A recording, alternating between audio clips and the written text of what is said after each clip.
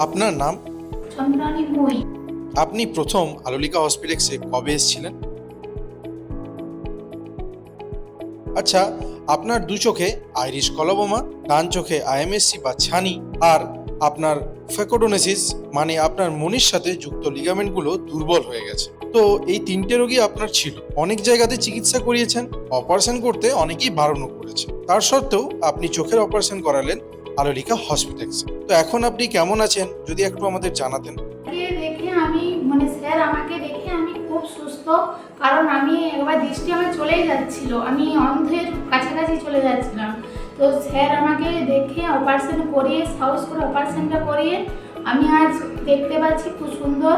আমি রাস্তাঘাটে চলতে আমার কোনো অসুবিধা হয়নি। আমি কারণ অপারেশন হওয়ার পর আমি কাজ, বাড়ির কাজ, এমনকি মেয়েকে পড়ানো সবই আমি পাচ্ছি। খুব সুন্দর আছি, আমি খুব ভালো আছি।